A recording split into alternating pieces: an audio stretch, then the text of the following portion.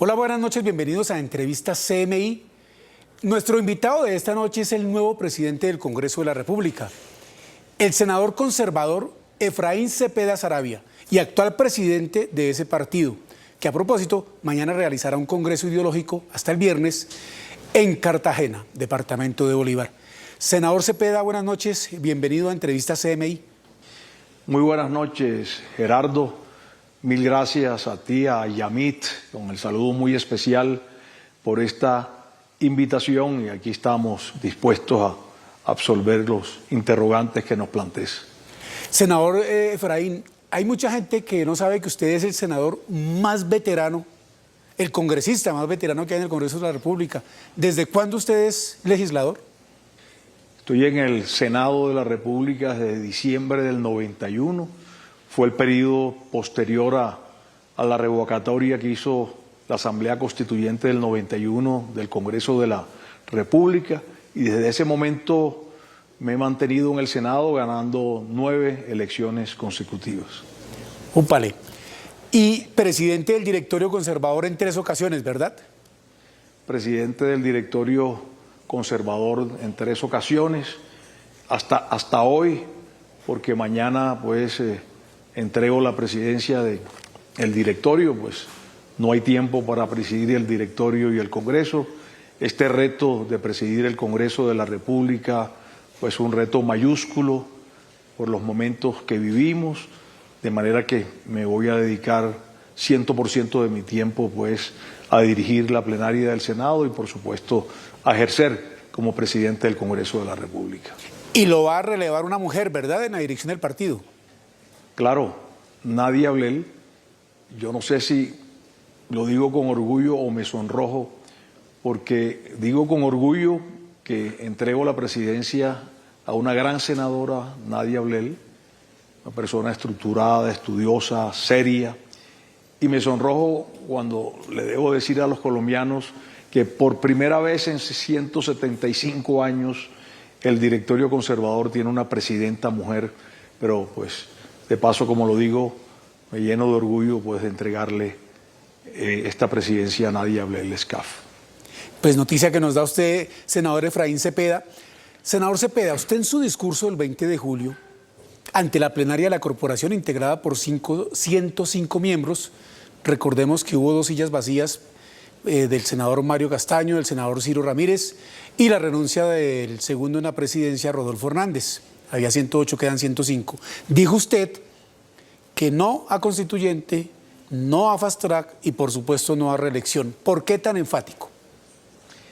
Gerardo, yo creo que a los colombianos hay que decirles la verdad de lo que sentimos y de lo que nos dicta nuestra conciencia, nuestra experiencia y los postulados del Partido Conservador.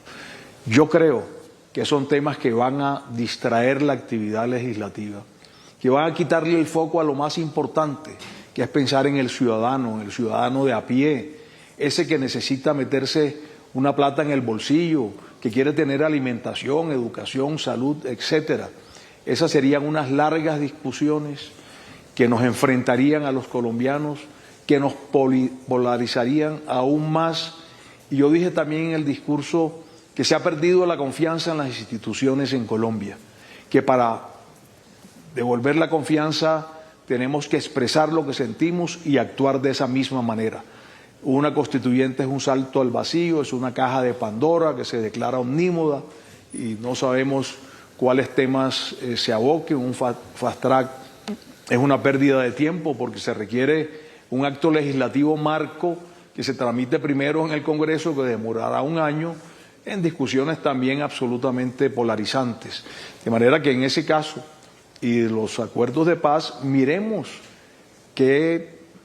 cómo podemos consensuar algunas de esas iniciativas. Sí, señor. La ampliación del plazo, por ejemplo, y las agendamos ahora en este periodo legislativo. Usted el lunes pasado tomó un vuelo de urgencia desde su ciudad natal, Barranquilla, para reunirse con el ministro del Interior. También con el presidente de la Cámara tuvo el ministro reunión. ¿Qué consensuaron allí, qué acordaron para ese trabajo armónico que debe haber entre el Ejecutivo y el Legislativo? Bueno, primero, Gerardo, no fue de urgencia, era una reunión pactada.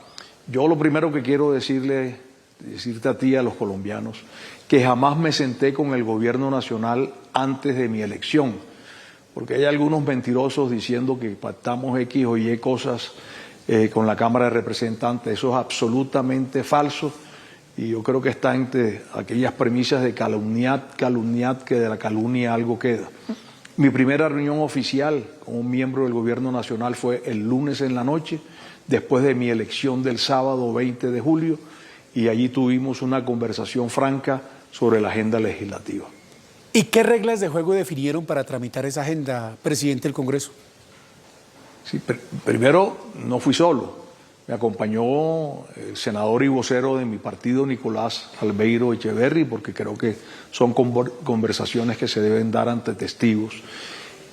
Y pues me llamó positivamente la atención las expresiones del ministro Cristo, en el sentido de que no se iban a radicar esas iniciativas legislativas hasta tanto no se construyeran unos consensos, que se iba a hablar con los partidos políticos, y creo que ese es el camino correcto. Yo lo dije en mi discurso de posesión. Yo creo que en la medida que tratemos de llegar a acuerdos, a consensos, podemos avanzar en reformas, podemos avanzar en iniciativas legislativas. Pero lo que no es el Senado de la República ni mi partido conservador es notario de ninguna iniciativa. Nosotros fuimos elegidos también popularmente. Este Senado y este Congreso tienen toda la legitimidad.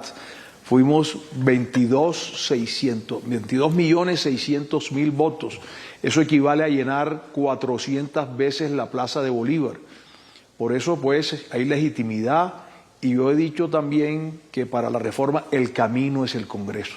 ¿Qué más legitimidad que esa? Además, un Congreso que en 33 años ha reformado la Constitución 55 veces, 108 artículos, y tenemos constituciones de países, de muchos países del mundo, de más de 100 años que no se han tocado. De manera que en el marco de eso se dio la discusión, en el marco de eso pues sí, señor, tomé la decisión de decir que no estoy en la orilla, como no está mi partido de la Asamblea Nacional Constituyente, pero fue un diálogo franco y cordial, y en la medida en que se pueda aplicar la búsqueda de los acuerdos, pues allí estaremos. Por ejemplo, la reforma a la salud, sí, somos conscientes que se requiere una reforma a la salud, pero construyendo sobre lo construido. Este es uno de los sistemas de salud más importantes del mundo, deteriorado sí en estos últimos meses, fundamentalmente porque no se están girando los recursos que se requieren, pero si podemos llegar a consensos, lo intentamos en el Partido Conservador, 12, 14 de reuniones. En ese momento la ministra de entonces se burló de nosotros y por eso tomamos la decisión de votar no. Si nos sentamos en una mesa y miramos cuáles eran las posturas del partido y por supuesto de los otros partidos, y llegamos a consensos que no dañen el sistema, sino que lo fortalezcan, ahí podemos estar en esa orilla. Me hace recordar esa respuesta que usted me da, senador Cepeda, de una reunión que tuvieron ustedes junto con el expresidente César Gaviria, jefe del Partido Liberal, la entonces jefa del Partido de la U, hoy gobernadora del Valle, Dilian Francisca Toro, y usted a nombre del Partido Conservador, con el presidente en Palacio, y que llegaron a intentar hacer acuerdos, y acuerdos que fracasaron para esa fallida reforma a la salud.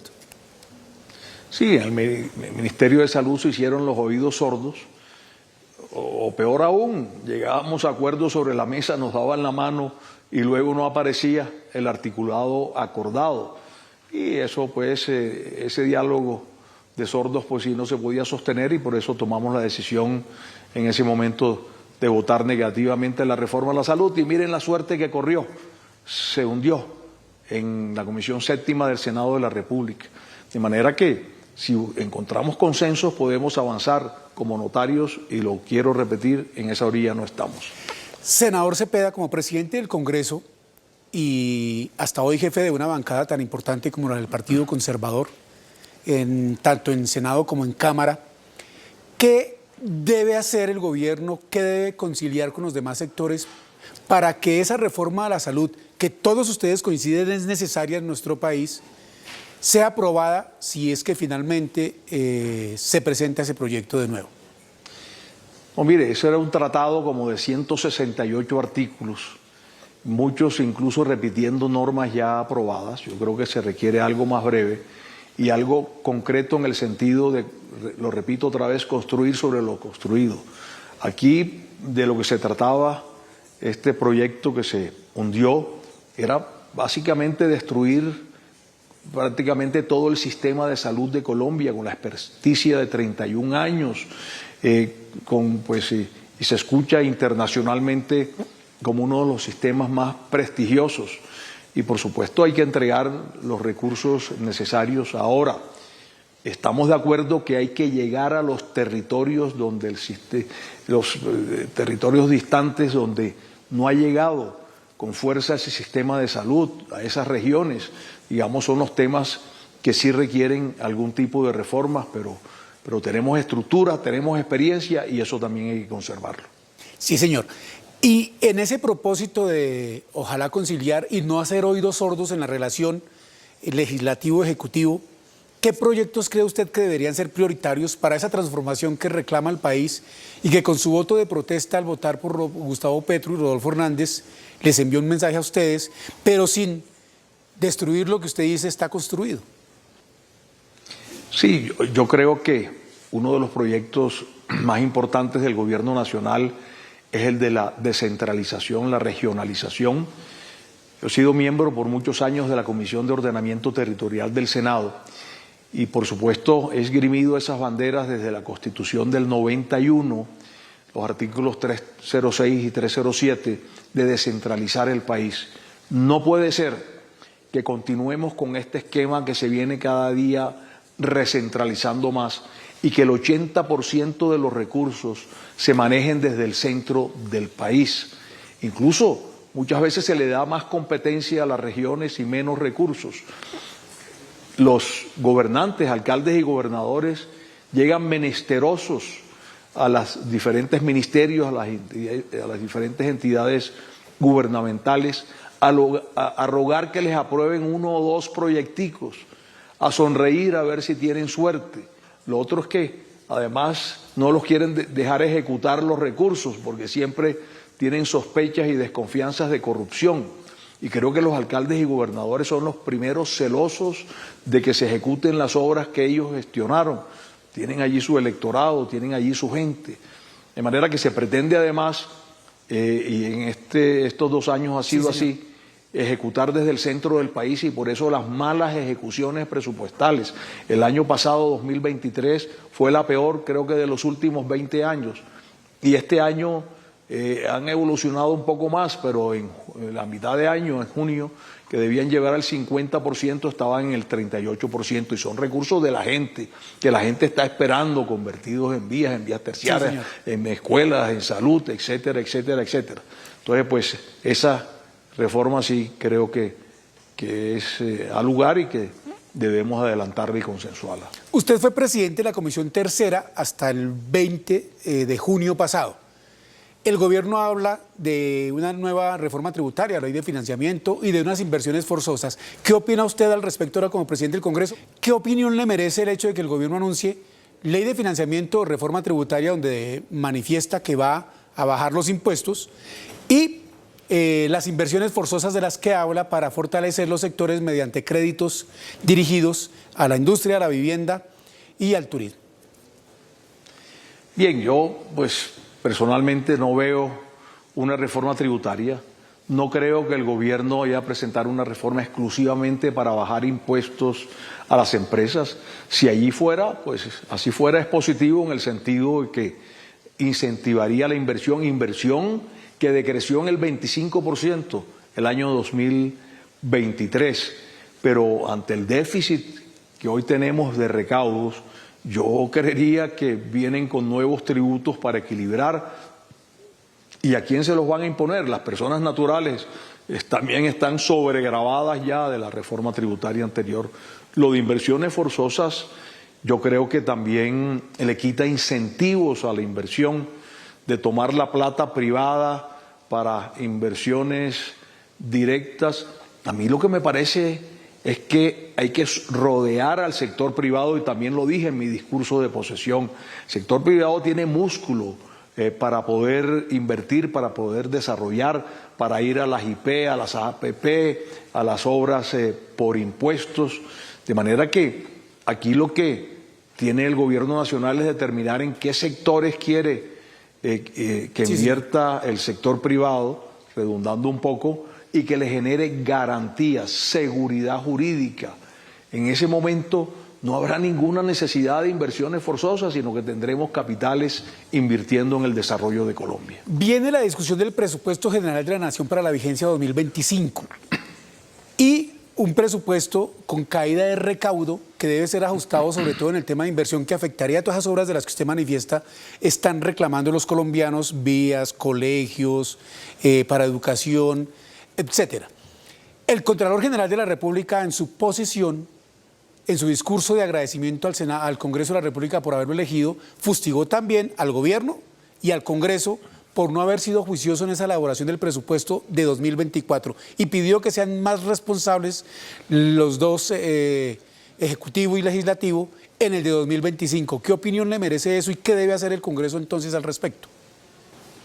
Sí, allí pues el director de la DIAN de entonces y el ministro de Hacienda dijeron que eran capaces de llegar a ciertos recaudos y como expresaba Álvaro Gómez, a la gente hay que creerle y hay un mecanismo clarísimo en la ley que si no se logran los recaudos hay recortes, por eso pues el Congreso lo aprobó dando un voto de confianza que resultó en esto, en el recorte presupuestal porque fue un fracaso pues ese recaudo. Para el presupuesto de 2025 el tema es muy doloroso porque pasamos algo así como 92 o 93 billones de servicio a la deuda de este año como a 125 y pasamos también de 98 billones de inversión en este año como a 70 y tantos. De manera que yo creo que aquí lo que hay es que recortar el gasto, se vienen unos recortes, recortar el gasto y no la inversión, porque las obras las está esperando la gente. Además de ello, Gerardo, sí, señor, ejecutar. Yo no sé cómo se distraen unas carteras pensando en otros temas y se le olvida que la ejecución es lo fundamental. Cuando se aprueba un presupuesto general de la Nación y lo sanciona el presidente, ya esa plata no es del gobierno, ni de los bancos donde muchas veces se deposita, esa plata es de la gente, que se debe convertir en diferentes obras que no voy a repetir. Sí, señor. Obras de tipo social, educación, salud, terciaria, etcétera, vivienda. Tampoco esa plata es de los políticos, como quedó demostrado en el escándalo de la Unidad Nacional de Gestión de Riesgo, ¿verdad, doctor Cepeda? Algo asqueante. Claro, claro, y ahí tiene que actuar la justicia colombiana, ahí lo he expresado, esto está en ese plano, una justicia en que confiamos plenamente, que también lo dije en mi discurso de posesión, hay que rodearla, fortalecerla, confiar en ella, porque eso es esos han sido los resultados, de manera que eso está en el plano judicial y que se tomen las determinaciones. Sí, son hechos que no pueden volver a repetirse. El presidente Gustavo Petro pidió perdón por ese escándalo de corrupción que salpica a su gobierno. ¿Qué opinión le merece a usted esa petición de perdón hecha por el jefe de Estado? Sí, a mí me sorprendió positivamente, porque sin duda el escándalo pues nace en una entidad del gobierno nacional, un funcionario o unos funcionarios del gobierno, y por eso pues yo creo que el presidente pues además lo hizo, y repito pues yo creo que el Congreso y los colombianos pues se sorprendieron gratamente de que sí era perdón por lo que sucedió, que no es responsabilidad directa del presidente, pero sí política. Usted mencionó el tema del orden público en una respuesta anterior, señor presidente del Congreso, y son muchos los cuestionamientos que se le hacen al gobierno de fortalecer a grupos criminales, dicen ellos con dádivas, con demasiada zanahoria, en detrimento de la fuerza pública. Y episodios como lo ocurrió ayer con disidentes de las FARC que están en proceso de negociación, que transportaban en 7 camionetas de la Unidad Nacional de Protección a miembros de esas disidencias que no hacen parte de los delegados que dialogan con el gobierno y sobre quienes pesaban órdenes de captura, afectan esa proposición y esa apuesta por la paz total del gobierno Petro. Muchísima preocupación con ello.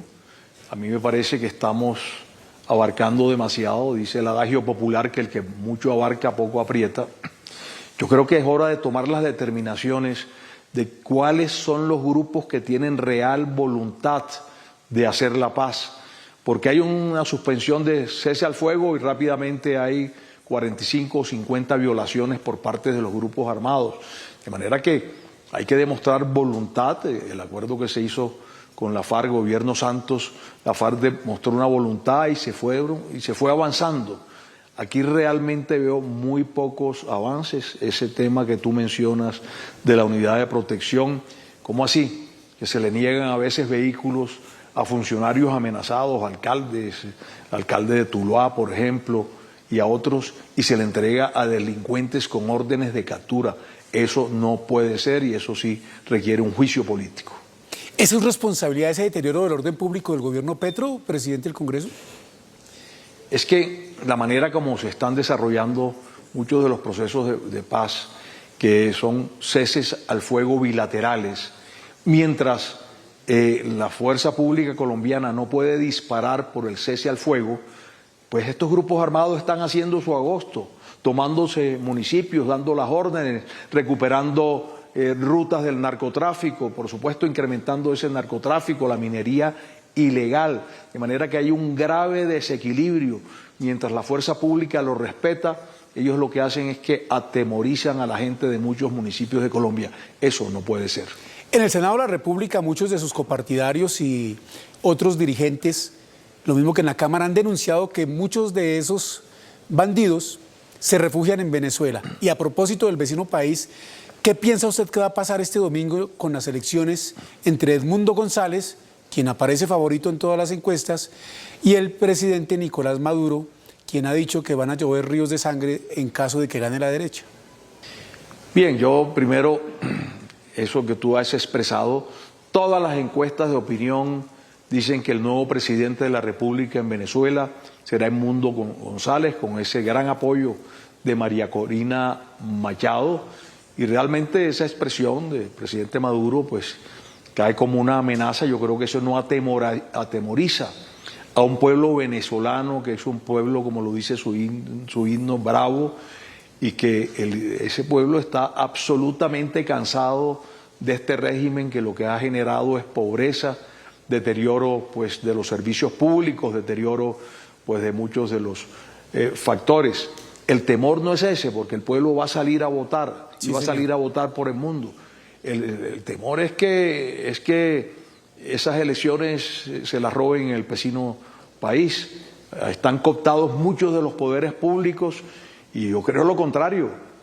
Si la voluntad del pueblo no se respeta, sí podrá venir a la inversa una guerra civil. ¿Usted entonces desconfía en el sentido de que el presidente Maduro le haga caso a un dirigente con una autoridad como Luis Ignacio Lula da Silva, presidente de Brasil, de que el que pierde debe irse y el que gana pues asume? Sí, muy valerosa lo de Lula. Yo no veo que se le copie en el régimen venezolano. Presidente, ¿qué va a hacer en Cartagena su partido en ese congreso ideológico y quiénes van a participar? Bueno, es un encuentro ideológico programático muy importante, donde se tratarán, y los traje aquí escritos, pues los temas de fast track, de la constituyente, de la reelección, de la agenda legislativa, de las reformas, reelección a que también he dicho enfáticamente que no ha lugar, que además se tiró la llave al mar por parte del Partido Conservador cuando, además de aprobar el acto legislativo de prohibición, dijimos que adicional a eso se requería un referendo.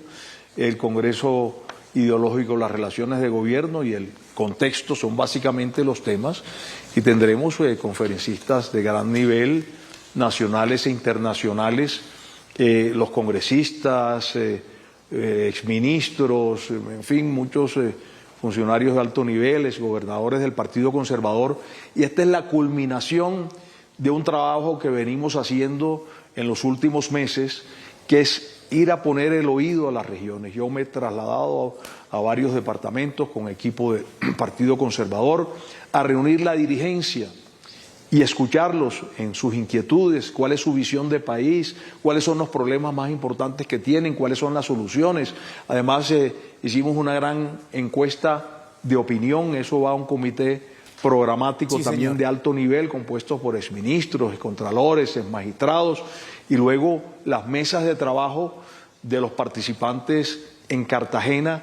Y ese día pues tendremos esa plataforma ideológica, programática, de manera que también me siento muy orgulloso de dejar al partido con una plataforma de esa envergadura que sirva precisamente para los candidatos, senadores, representantes de cada región, o candidatos mejor al Senado, Sí, a las cámaras de cada región, y los candidatos y el candidato o los candidatos a la presidencia de la República, porque el Partido Conservador llevará candidato a la presidencia.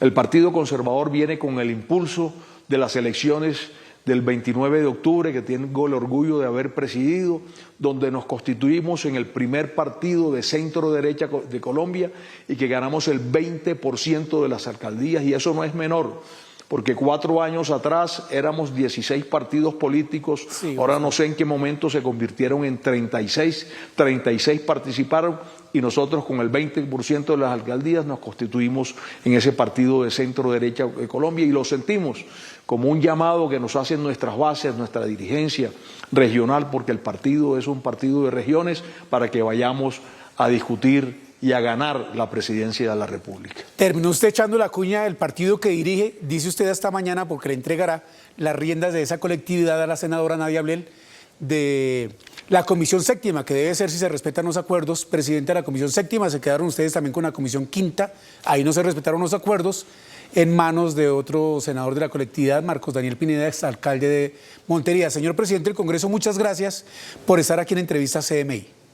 Gerardo, muchas gracias a ti por la amable invitación y por supuesto a quienes nos están viendo en este momento. Aquí tenemos un presidente que cumple palabra, que es confiable y que estamos iniciando las plenarias en punto para que el pueblo colombiano nos pueda sintonizar y para que los congresistas también sepan cómo utilizar su tiempo. Unas plenarias que han sido tranquilas, como lo he pedido, sin pugnacidades, porque ahí se discute lo político y no lo personal. Y ese es el mensaje que tenemos que enviarle a los colombianos. Discusión, sí, con tranquilidad, con altura y sin agravios, como lo desea el pueblo colombiano, no más polarización. Y en estas 2 sesiones el Senado de la República ha demostrado que sí se puede. Buenas noches, senador Cepeda. A ustedes, televidentes, los invitamos a que continúen aquí en sintonía en Noticentro 1 CMI con las noticias de Colombia y el mundo. Buenas noches.